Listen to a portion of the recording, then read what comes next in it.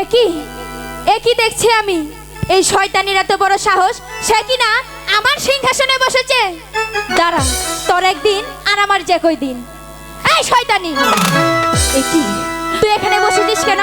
দিদি, আমার স্বামীর সিংহাসন, তাই আমি বসে আছি। আমার স্বামীর সিংহাসন, তাই আমি বসেছি।